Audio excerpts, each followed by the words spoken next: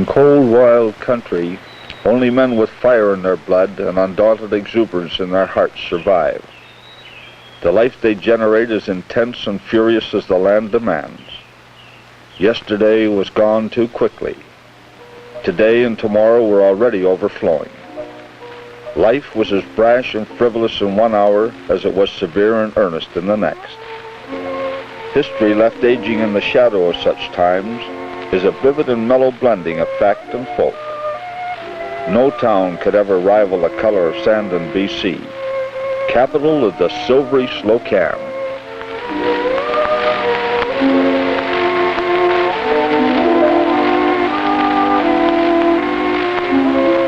In 1891, and Lardo Jack pioneered the Slocan with his beaver claim. J.W. Cockle and his 125-ton solid Galena boulder figured he was a millionaire. Turns out it only rolled down the mountain. Anyway, resolute individuals like these, with a grain of insanity and dreams of sudden riches, opened up those ominous silver-lead slopes. Jammed over Carpenter Creek and buried between the walls of awesome mountains and more mountains, Sandon emerged out of silver necessity to spend the miner's compensation. Ike Bernard built a log cabin on the John Sandon claim, and pretty near overnight, a town had been born in a rush with streets so packed with excitement he could hardly make it out the front door. A picture of love strife, a picture of youth and of beauty, old age and the blinking young bride. Oh, hang on the wall, but the saddest of all is a picture from life's other side. As I remember it, Bulldog Kelly, with $5 grand in his pack, was running back to Chicago with Colonel Sam Steele in pursuit. The murderer was kindly enough to offer a rough map of legendary Indian silver riches to a weathered veteran prospector by the name of Eli Carpenter. Old Eli was a French-Canadian Indian circus tightrope walker, and not too many men came with those qualifications. He and his friend, Jack Seaton, paddled up Slocan Lake, followed one of Bulldog's squalls east, and led the Slocan Silver Rush, which saw 140 claims staked in the 4 winter months of 1892. November 20th, 1895, the Kaslo and Slocan Railway, an extension of the Idaho Great Northern, arrives in Sandon pulling 20 freight cars for ore and 2 wooden coaches, carrying real estate promoters, tailors, assayers, merchants, wives, tin horns, immigrant miners, barmaids, and musicians. More than 28,000 passengers in its first year. All of them squished in there together. George A. Wilson, the carpenter. Robert Cunning, the hotel proprietor. Joseph Coppage, the lumberman laborer.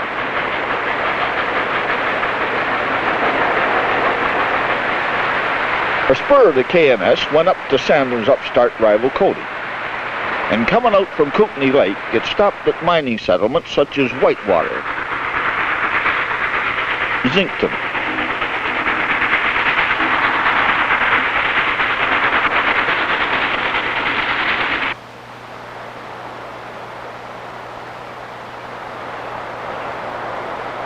and even let the school teacher out at McGigan. 31.8 miles of 3-foot narrow gauge rail climbed the steepest grades in the world. Payne Bluff was 1,080 feet of sheer drop-off, and being the only quiet moment of the train ride, Thomas Menzies, Presbyterian preacher, would seize the opportunity to say a brief prayer and grab a few poker chip contributions. The Nakusma Slocan line, CPR's competition, came in from New Denver on Slocan Lake, the Lucerne of North America.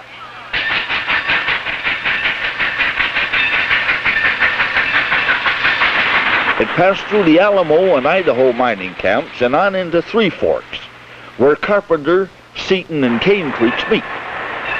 One from the east and one from the west, both railways turned at Three Forks and headed up the narrow draw of Carpenter Creek towards Sandon. The NNS beat the KNS there, but the smaller tenacious underdog, were not to be outdone, and in the middle of the night, they lassoed and yanked the CPR station into the creek with the help of their Baldwin steam engine. Sandon was incorporated by 1897, with Mayor Henry Switzer trying to control somewhere between 2,500 and 3,500 people. The town was running full tilt 24 hours a day. As wild as it was lawful. Oh, sure, there were crooks around, but they were all legal, if you know what I mean. High silver prices meant plenty of money and good times. 23 saloons like James A. Thompson's, a cigar factory, a brewery, a liquor warehouse, and a soft drink plant provided life's necessary fringe benefits.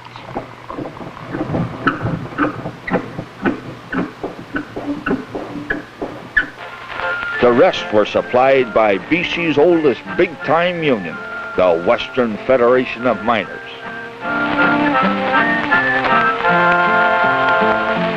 I keep listening for the whistles in the morning, but the mines are still... The occasional strike made life okay. Even at $3.50 for a 10-hour day, up on top of some 7,500 feet of mountain drilling out a mother lode. For the cupboard is so empty and so bare, and their little feet are oh so cold they stumble, and I have to pin the rags upon their backs. And our home is broken down and very humble. The face of Rico Mountain was scattered with hundreds of gopher holes. The Bluebird, Random Shot, American Bull, Last Chance, Dead Man, magical ringing names that once made it big. They brought zinc, lead, and silver millions down on those tramways. Although the occasional city slicker would use an empty ore bin for a suspenseful thrill of dangling 1,000 feet over a gorge, 900 feet between supports.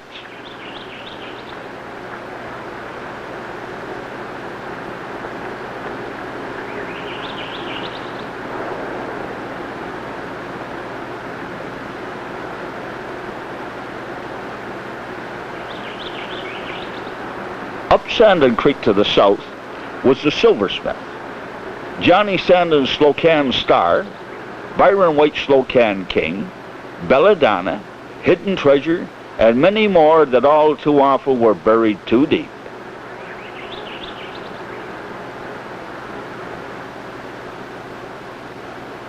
In the larger mines, men would work in twos, one holding and twisting the steel while the second would wield an 8-pound double jack.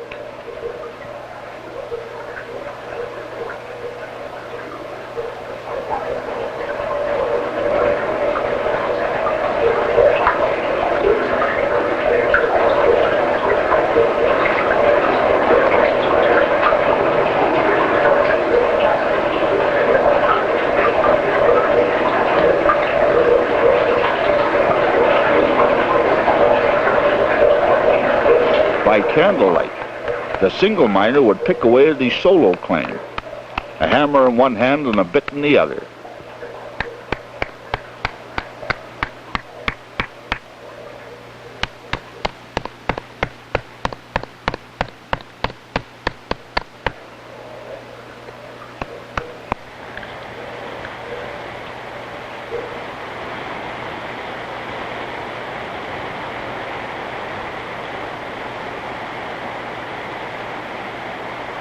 Mule skinners, like Percy Johnson, would pack up supplies, and rawhiders would load mules with 3/4-ton ore packs in all weathers. Mules used to slide down the snowdrifts lying on their backs with feet up in the air, so they said. Kept the mines open at any rate. A lantern would see the miner home at night, God willing, and this is how they worked the light. In the city, won't you have a little pity and just listen to a miner's prayer?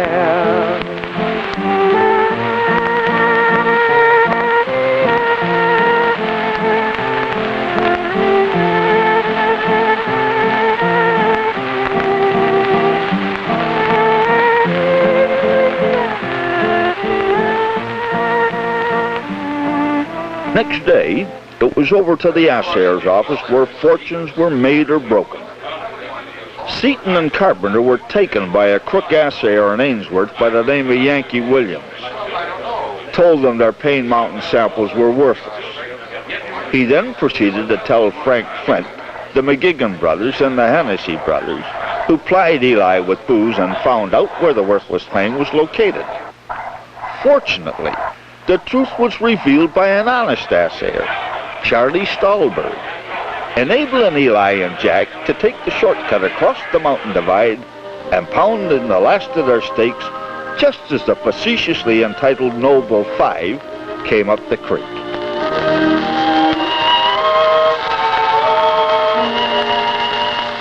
You never know just when or where you run into a love affair. My romance and I... Silver had to be turned into gold before it could be spent, but when it was, Sandon had the latest of everything to spend it on. I found $1 million here in 5 and 10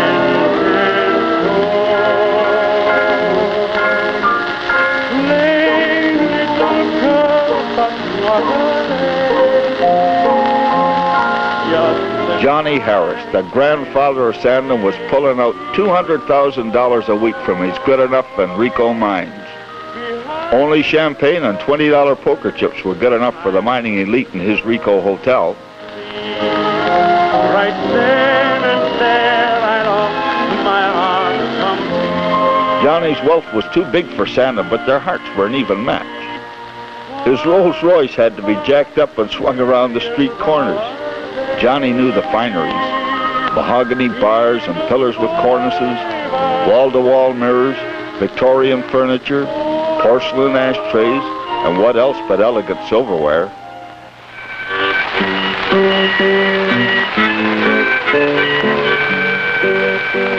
Needless to say, Sandon was continually lit with Harris's Power and Light Company, the second hydro unit in BC. Father dear would leave us alone. I can hear her voice so sweet as she sang, when shall we meet? You'll never miss your mother until she's gone. Whether you shopped at Brody's or Gingrich's, there was always plenty of 17-cent a pound ham, bacon for 15 and coffee for 35.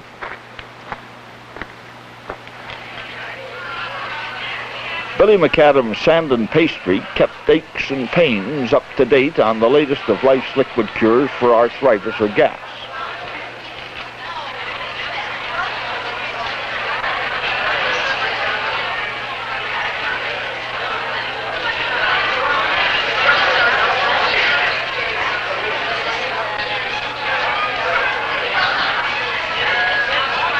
The occasional joke could liven up a day like, why does a rabbit wabble its nose, Pop? Because it doesn't have enough tail to wabble. Well, history and jokes are never told the same way twice, and it's not surprising. Several farmers on the outskirts of town grew the odd vegetable and kept a few cows for milking. A herbal doctor in Cody used to raise chickens. Man was a packer as well, except he used his back instead of mules. Strange sort of fella. Even had a certificate to prove he was sane. Well, he was a little different from the rest of us. I can almost feel it now. You'll never miss your mother until she's gone.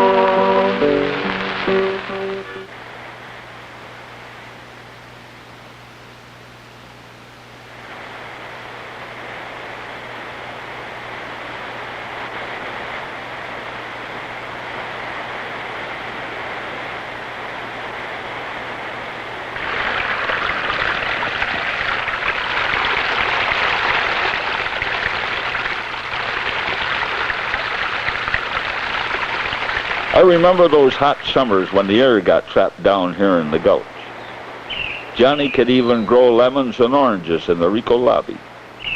Amazing when you think about it, because in winter, We'd get over 20 feet of snow and never see the sun for at least 10 weeks.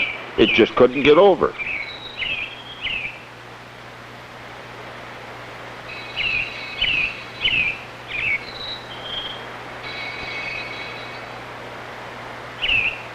Sandon would host its finest hours right here in the main street. Sandon boasted being the only town in the world built over a mountain creek. Carpenter Creek would barrel along through log flumes while overhead, hundreds of crazy town people would blow thousands of dollars, celebrating various holidays with races, contests, and dancing.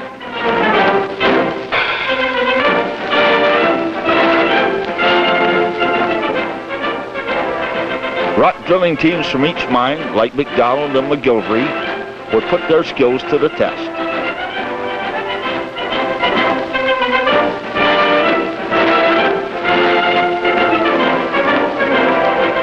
Ross and McLeod used to win it for the Slocan Star pretty near every time. Sandon was a sports town with a fever. Men like Tiny Thompson of the Chicago Blackhawks first learned to play hockey right here. Sandon used to win the BC Championship regularly, and every time the place went berserk again.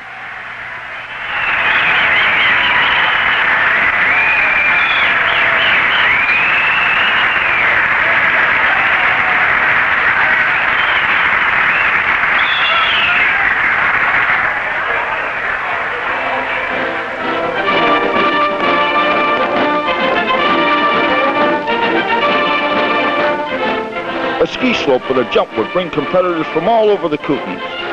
A fine curling club as well, although they never won the Brier. Not to mention football, billiards. Why, they even had a bowling alley with matches on Tuesday nights. And these guys used to be whizzes at the hose reel race.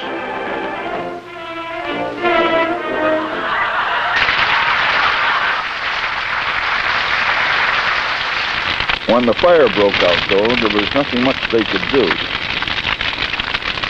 Fire broke out in the Opera House May 4th of 1900. They said it was the Bitter Atonement that did it. That was the name of the play on that night. A careless cigarette figured to be the cause of it. Some actor, I suppose. All through the night, the blaze cut down some $750,000 worth of boomtown buildings, and hardly a cent of it was insured. Miners came running down out of the mines to fight the blaze, and one solitary individual ran up, carrying with him the Bank of BC salvaged $60,000. Sandon was a darn honest town. A miracle, said one fellow.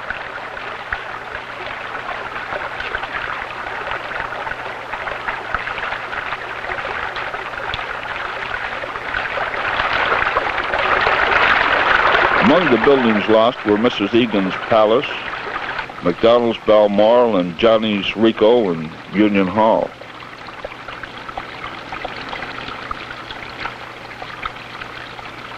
Later, Mayor Pitts telegraphed for assistance from Mayor Garden in Vancouver, while Chief of Police Stubbs had a hoot of a time organizing 1,300 homeless citizens.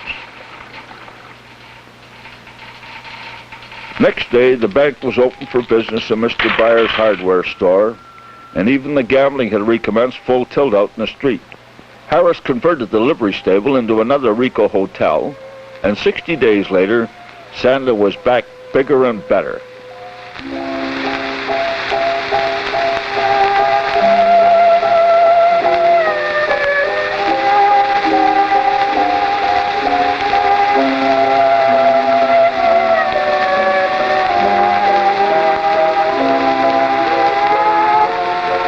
Mines were going strong and money was rolling in as usual. And the music played on. But then, disaster struck a little more frequently. Tragedies of slides, more fires, floods, and plummeting silver prices hit hard. Nobody paid too much attention. Sandon had been able to withstand anything, and incredible faith and spirit were not enough to influence Sandon's fading destiny.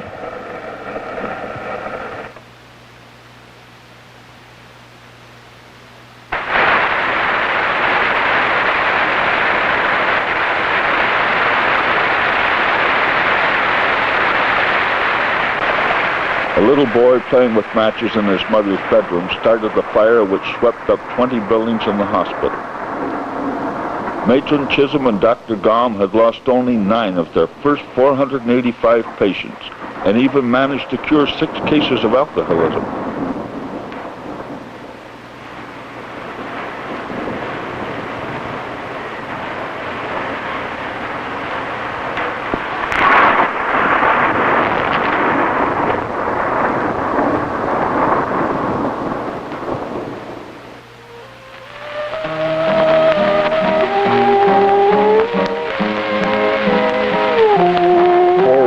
Gobbled up mining camps in the Kaslo River Valley and threatened to totally extinguish Sandon forever.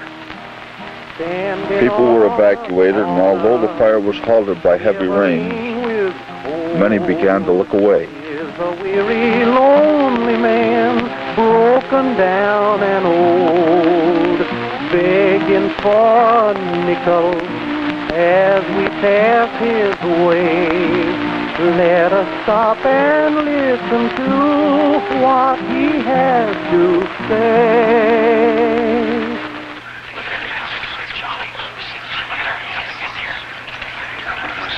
She's gonna be acquitted. Charlie, don't you think she's perfect? Charlie, look at her. Slowly, dreams began to dwindle.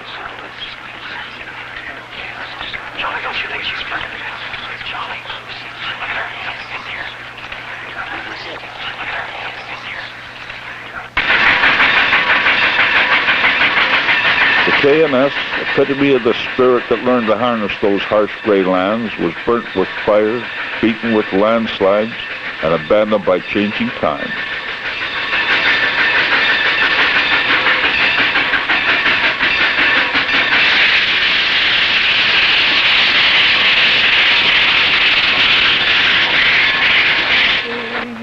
To point and say, there goes a big millionaire, but I'm only a failure now. The city's boardwalk, once the center of more than 350 buildings, smashed and torn. I'm heart-sick and sad, for I'm only a failure now. A prospector's house left.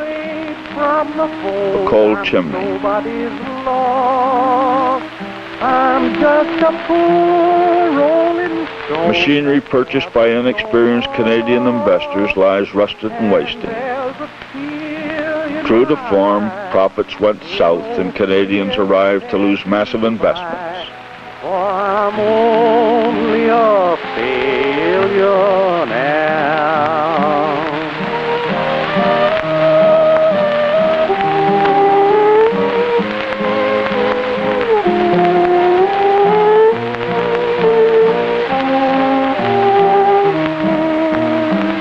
The town's self-acclaimed upper crust no longer have to stew over Sandon's red lights.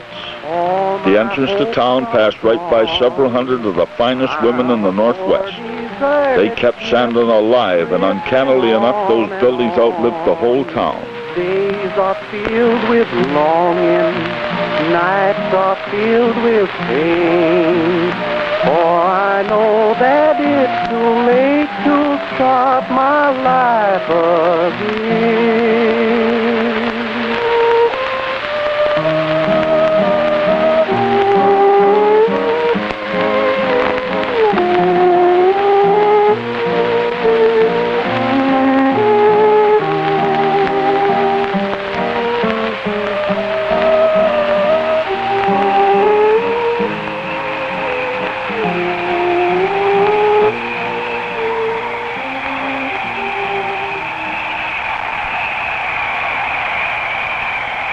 Sandon lies withered and dying, brave from the outside and crying from within.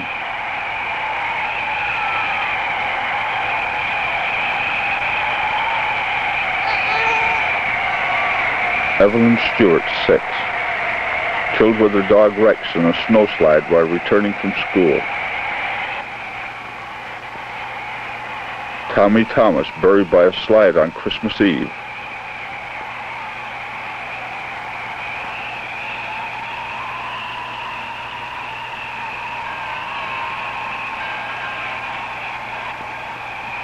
George Chapman raised canaries and pressed minor suits, found burned to death on his iron bed.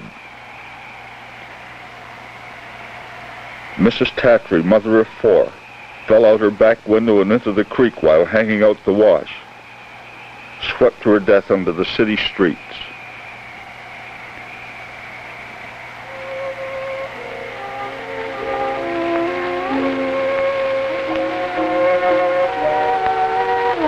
Wedged between icy mountain peaks, Sandon is once again as bleak and worn as the forest and rock that envelop them.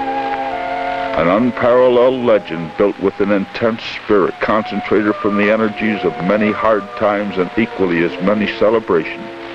Music still lies absorbed in mountain walls. Man's strength still holds an empty shaft.